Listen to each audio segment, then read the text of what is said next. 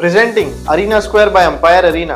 इस प्रोजेक्ट को डिजाइन किया है इंटरनेशनल आर्किटेक्ट हफीज कॉन्ट्रैक्टर ने। ये एक रेसिडेंशियल प्लस कमर्शियल प्रोजेक्ट है जिसमें आपको मिलता है separate commercial space for your shops and offices. इसी के साथ आपको मिलता है 1, 2 एंड 3 BHK के लग्जरियस रेसिडेंशियल अपार्टमेंट। इस प्रोजेक्ट की एमिनिटीज में आपको मिलता है swimming pool, club house, garden, indoor outdoor game, multipurpose hall, साथ ही साथ और भी बहुत कुछ।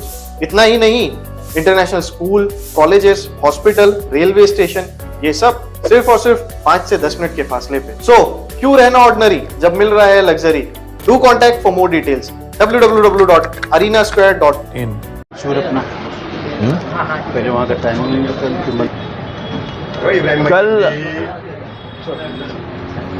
कल शरद पवार जी की जाहिर सभा है। शरद पवार जी आएंगे, उनके साथ हमने अरविंद केजरीवाल और संजय सिंह की भी मांग की है। हो सकता है कि वो दोनों भी आ जाए, तो अगर आएंगे तो 4 चांद लग जाएंगे। हमारी कोशिश है कि दोनों भी मुमरा यानी तीनों मुमरा पहुंच जाए। थोड़ी भी देर तक उन्होंने बयान किया तो मुमरा के लिए अच्छा होगा, ऐसी हमारी सोच है। और हम जनता से भी कह रहे हैं कि आप भी घर से उतर के मीटिंग को आइए। जनता ने भी इनके विचार सुनने चाहिए। अगर देश की लड़ाई के लिए सब लोग आगे बढ़ के लड़ रहे हैं, तो हमारा तो सिर्फ काम इतना है कि कुर्सी पे आके बैठने का। अगर उतना भी हम नहीं कर सके तो फिर ये लड़ाई का कोई मतलब ही नहीं है। और मुझे खुशी की बात है ये है कि जो गारंटी इंडिया अलायंस ने दी है, खास करके मैं महिलाओं को बताना चाहता हूँ कि 500 रुपये में गैस मिलेगा, जो आज 1160 रुपये में मिल रहा है। पेट्रोल डीजल के काम कम हो जाएंगे। GST फिर से रिवाइज हो जाएगा, जो 18%, 28%, 38% है, वो बिल्कुल ख़त्म किया जाएगा। और जो भी स्लैब है वो 15% के नीचे आ जाएगा। 15% के ऊपर एक भी स्लैब नहीं रहेगा। फिर दूसरी जो ये है कि हर औरत के पास, जिसके पास पीला कार्ड है, उसको महीने को 8,500 रुपया घर पे मिलेगा। कितना? 8,500 रुपया हर गरीब महिला को मिलेगा। हर नौजवान को 1 लाख रुपया, अगर वो ग्रेजुएट है तो उसको 1 लाख रुपया स्टाइपेंड मिलेगा। नौकरी नहीं है तो उसको 1 लाख रुपया स्टाइपेंड मिलेगा। फिर आरक्षण जो है उसकी मर्यादा 50% से बढ़ाई जाएगी। और पूरे देश में जाति निहाय जनगणना होगी, तो एक बार ही दूध का दूध, पानी का पानी हो जाए कि इस देश में बहुजन कितने हैं। फिर महिलाओं के लिए वसति गृह बांधे जाएंगे, जिसको हम हॉस्टल्स कहते हैं, ताकि उनको पढ़ाई के लिए, विद्या के लिए सुविधा हो जाएगी। मनरेगा जो है, मजदूरों को कम से कम 400 रुपया दिन का दिया जाएगा। अगर वो मनरेगा पे काम करता है तो उसको कम से कम 400 रुपये दिए जाएंगे। फिर 30,000 नौकरियां पहले 2 महीने में दी जाएगी। 30 लाख, सॉरी 30,000, 30 लाख। हाईकोर्ट और सुप्रीम कोर्ट में जितने भी जगह खाली है वो तुरंत भर दिए जाएंगे। जितने भी government colleges, MBBS, BE, engineering college में जितने भी प्रोफेसर के पद खाली है वो 2 महीने में भर दिए जाएंगे। तो ये बहुत बड़ा वारंटी का हमने ये निकाला है। और ज़्यादातर ये लोग तलवार देते हैं हाथ में, हम कलम देंगे हाथ में।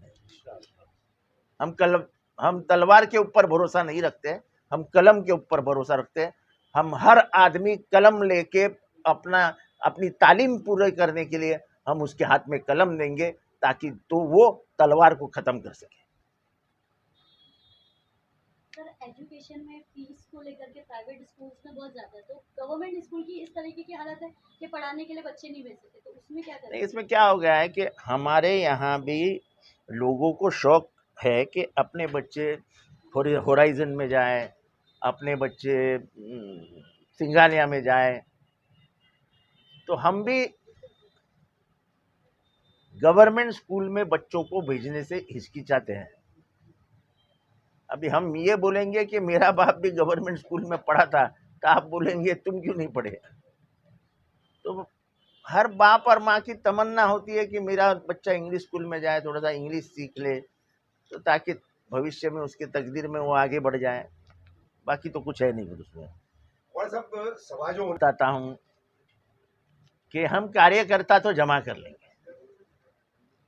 मैं आज साफ मुमरा वासियों को बताता हूँ, तुम मुझे हरदम यहाँ वहाँ घूमते हुए देखते हो, काम किया वो काम का कोई इनकार नहीं हो सकता। लेकिन जब नेता आते हैं तो उनको सुनने के लिए आप आइए ना, कार्यकर्ता क्या सुनेगा। अभी शरद पवार को मैं क्या सुनूं यार, कितने 40 साल हो गए उनको ही सुनते आ रहा हूं।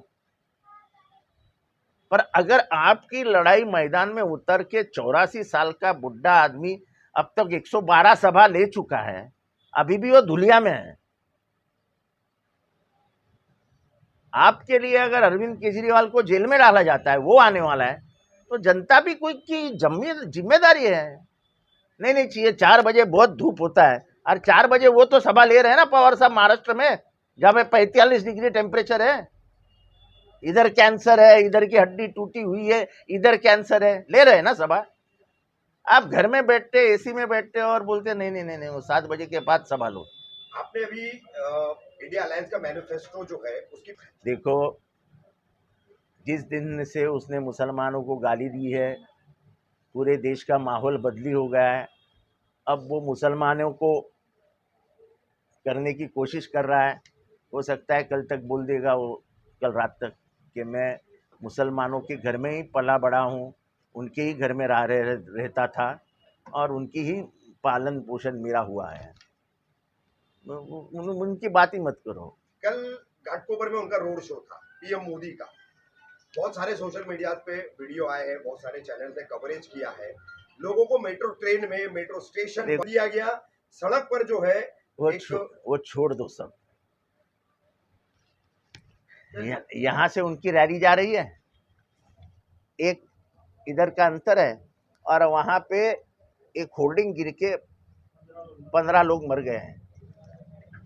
मैं अगर पंतप्रधान रहता तो पहले वो जगह पे जाता, वो जगह के मैं और इसमें क्या है उसकी बड़ी स्तर पे, इसमें बहुत बड़ा करप्शन है। आपका आमदार क्या है, अब मैं बताता हूं। ये करप्शन है, ये बड़ा होर्डिंग आप नहीं लगा सकते। इसके बारे में मैंने कम से कम 10 लेटर लिखे हैं। ये टोटल इलीगल होर्डिंग है, टोटल इलीगल। मैंने विधानसभा में इसका सवाल पूछा था, नहीं ध्यान दिया, गए मर गए। मेरा ट्वीट देखो, उसके ऊपर मैंने ट्वीट डाला है कि मैंने कदम उठाए थे, ध्यान ही नहीं दिया। CAA के लिए जो है मोदी सरकार कह रही है कि इसे कोई हटा नहीं सकता। आप ये सवाल कैसा पूछ सकते हैं, हमारे मैनिफेस्टो में है क्या कुछ? CAA ये कितना गंदा कानून है। ये सबसे ज्यादा अगर किसी ने महाराष्ट्र में बात की है तो वो आपका आमदार जितेंद्र आव्हाड है। जितनी मैंने सभाएं महाराष्ट्र में ली है, शायद ही किसी ने ली है। कोई मुस्लिम नेता भी नहीं ने भी इतनी सभाएं नहीं ली है।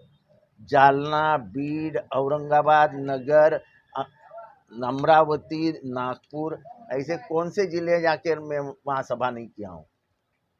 पर उसके बाद कोरोना आ गया तो सब खत्म हो गया। लेकिन मैं तुमको बोलता हूँ, 370 का कलम क्यों हटाया गया और इसकी क्यों इतनी ज्यादा बवाल हो गया? 370 के पहले कोई भी भारतीय नागरिक कश्मीर में जाके जमीन नहीं ले सकता था। आपको अगर कश्मीर में जमीन लेनी है तो कश्मीरी को ही लेनी पड़ती थी। कश्मीर के खाइयों में कुछ ऐसे मिनरल्स है जो दुनिया में कुछ ही जगह पे प्राप्त होते और बहुत महंगे हैं। तो उनकी जो खुदाई है, वो खुदाई करने के लिए 370 हटाया गया। और वो खुदाई कौन कर रहा है उसमें बोलने को भारतीयों को जब हम कोई उनको मालूम है कि किधर से आएगा आदमी और कौन खुदाई करेगा। सिर्फ वो लिथियम नाम का जो मट्टे मिनरल है वो मिलाने के लिए, और वो सिर्फ कश्मीर में है, ये जानकारी है, इसलिए कश्मीर से 370 हटाया गया। बाकी क्या फर्क गिरा 370 से? अतिरेकी कम हुए क्या? पाकिस्तानी की घुसपैठियां कम हो गए क्या? जितने घुसखोर घुसने, जितने मारने वाले घुसते ही है। पाकिस्तान की सुरक्षा में कुछ फर्क हुआ क्या? अभी बोल रहे हैं आज उनका नया मसला शुरू हो गया, पाक का कश्मीर हम ले लेंगे। तो अब तक किसने रोका था उन्हें? कोई रोक के रखा था क्या? मजाक है क्या? पीओके ले लेंगे, वो इंटरनेशनल मुद्दा बन गया है। मेरे भारत के लोगों को समझता ही नहीं, ऐसा बीजेपी के लोगों को सब लगने लगा है कि ये सब भारतीय दिमागी पागल है, इनको कुछ भी बोल दो।